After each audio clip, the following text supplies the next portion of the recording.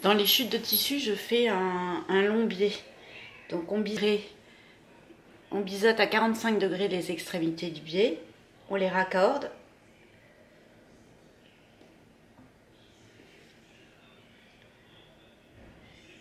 Et je vais aller piquer comme ceci. J'ai tracé les pinces sur l'envers avec un feutre qui s'efface à la chaleur. Donc on trace sur l'envers les pinces, je vais aller les piquer. J'ai cousu mes pinces, je les ai couchées vers le bas. Maintenant je vais assembler endroit contre endroit mon devant avec mon dos. Mon dos avec mon devant, endroit contre endroit par les coutures d'épaule. J'ai assemblé mon dos avec mon devant, endroit contre endroit par les coutures d'épaule. J'ai surfilé. Là, j'ai surfilé les deux épaisseurs ensemble parce que mon tissu est assez fin. Si mon tissu était plus épais, j'aurais surfilé couture ouverte et pour pouvoir bien ouvrir, bien placer mes coutures. Là maintenant, je vais positionner mon biais endroit contre endroit au niveau du milieu dos.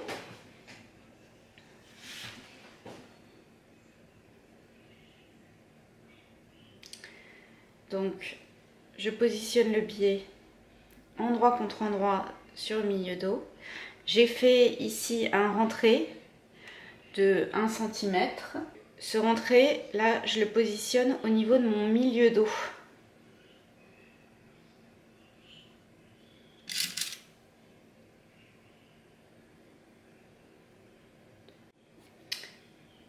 J'ai épinglé mon biais tout autour de mon encolure. Là, j'arrive au milieu dos. Donc, je superpose les deux épaisseurs de mon biais sur 1 cm.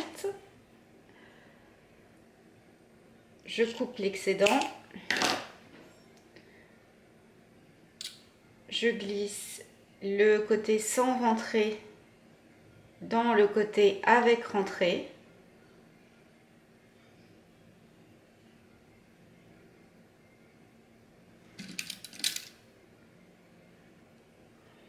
Et là, je vais piquer à 0,8 tout autour de mon encolure. J'ai piqué mon biais tout autour de mon encolure à 0,8 en glissant le côté avec sans rentrée dans le côté avec rentrée. Donc mon biais, je l'ai repassé, c'est un biais de 4 cm, repassé, plié en deux. Maintenant, je vais basculer mon biais sur l'envers de la blouse et je vais surpiquer. Éventuellement, on peut recouper la valeur de couture à 0,5. J'ai rabattu le biais sur l'envers de la blouse et j'ai surpiqué tout le tour à 2 mm. Maintenant, je vais mettre les manches sur le corps. Donc, avant ça, j'ai passé un double fil de fronce sur la tête de manche. Donc pour passer un double fil de fronce, on allonge la longueur de point au maximum, on ne fait pas de cran d'arrêt et on pique sur tout entre les crans dos et devant. Ensuite, on tire sur les fils de canette et ça forme des fronces.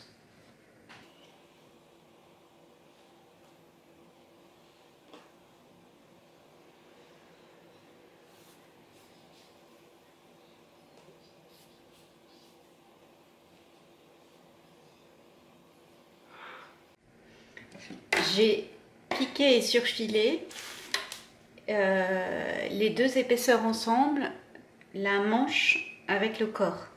Donc il faut répartir les fronces le plus régulièrement possible entre les crans indiqués sur le patron. Et ensuite on surfile les deux épaisseurs ensemble. Maintenant je vais faire la couture de côté. donc endroit contre endroit, le côté. Il va falloir que je m'arrête précisément à mon cran de fente qui est au bas de la blouse. J'ai fait ma couture de dessous de bras, donc le dessous de la manche et la couture de côté. Je me suis arrêtée au cran de fente. J'ai dû surfiler couture ouverte pour pouvoir faire ma fente après. Alors, moi je surfile toujours après avoir cousu. Je trouve que du coup, je suis plus précise sur mes valeurs de couture. Mais vous pouvez surfiler en amont. Donc, maintenant, on va faire la fente. J'ai surpiqué tout le tour de la fente à 0,8. J'ai passé un double fil de fronce sur le dos et le devant. J'ai également piqué un double fil de fronce sur le bas des manches entre l'écran ici et ici. J'ai assemblé mes poignets par la couture d'extrémité. J'ai repassé un rentré de 1 cm sur le bord sans l'écran. Ici, là, j'ai mes petits crans. Donc, j'ai repassé 1 cm sur mes deux poignets. Donc, j'ai assemblé et j'ai repassé. Sur les ceintures dos et devant, sur la ceinture devant, pareil, j'ai repassé 1 cm. Sur la ceinture dos, comme mon tissu est assez fin, j'ai mis une bande de thermocollant parce que je vais devoir faire des boutonnières et donc c'est pour renforcer le tissu. J'ai piqué ici jusqu'au cran et ici les extrémités, donc de part et d'autre. Et sur le reste, ici, j'ai repassé 1 cm. Je vais assembler endroit contre envers mes manches avec le poignet. Donc l'envers des manches contre l'endroit du poignet. Je fais correspondre ma couture de dessous de bras. Et je vais froncer pour que les distances correspondent.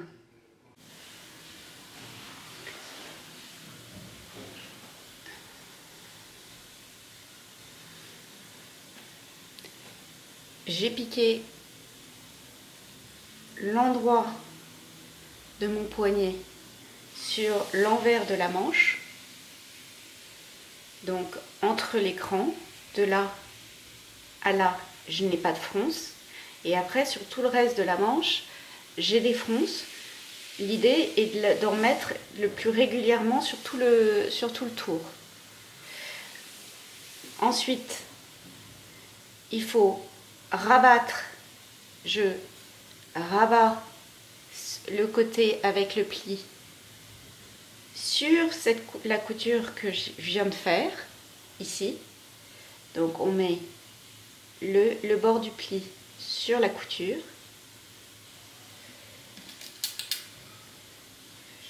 On épingle tout le tour et ensuite on fait une surpiqûre à 2 mm. Et le poignet, du coup, il est terminé. Ça, c'est la vue sur l'envers. Et ça, c'est la vue sur l'endroit. J'ai bien marqué mon milieu dos avec un stylo qui s'efface à la chaleur. J'épingle l'endroit de la ceinture, avec l'envers du dos. Ici, c'est mon cran que j'ai sur la ceinture dos.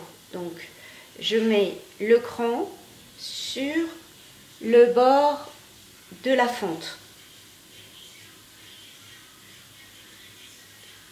J'ai mon cran sur le bord de la fente. Je répartis les fronces le plus régulièrement possible et je vais piquer à 1 cm.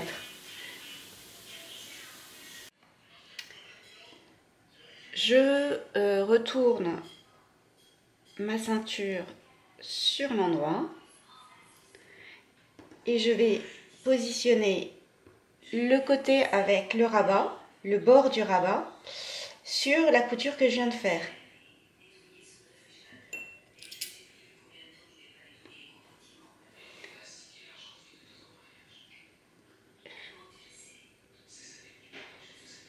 Et je vais surpiquer. Donc ça c'est mon dos. Pour le devant, on procède de la même façon. On va épingler. Donc d'abord sur la ceinture devant, j'ai repassé 1 cm. J'ai piqué les extrémités. Donc le bord sans rentrée dépasse du bord avec rentrée de 1 cm. J'ai marqué mon milieu devant, donc toujours avec mon stylo qui s'efface, le pilote. Je retourne ma ceinture et je vais l'épingler sur l'envers des devants. Je fais bien correspondre mes milieux devant.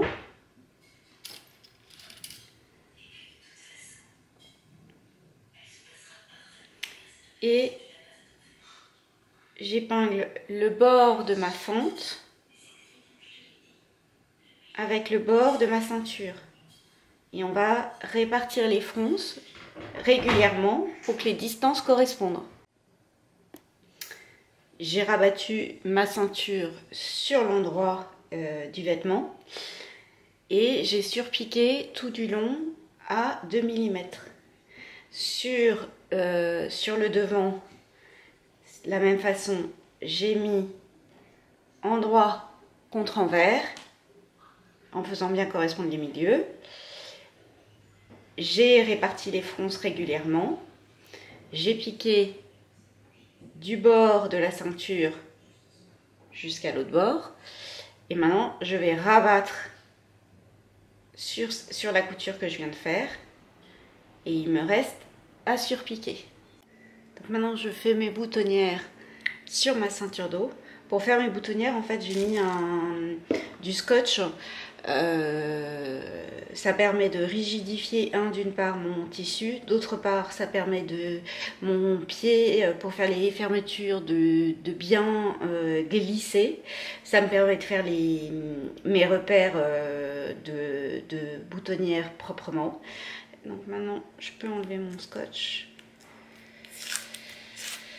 Voilà. Et je peux ouvrir mes boutonnières.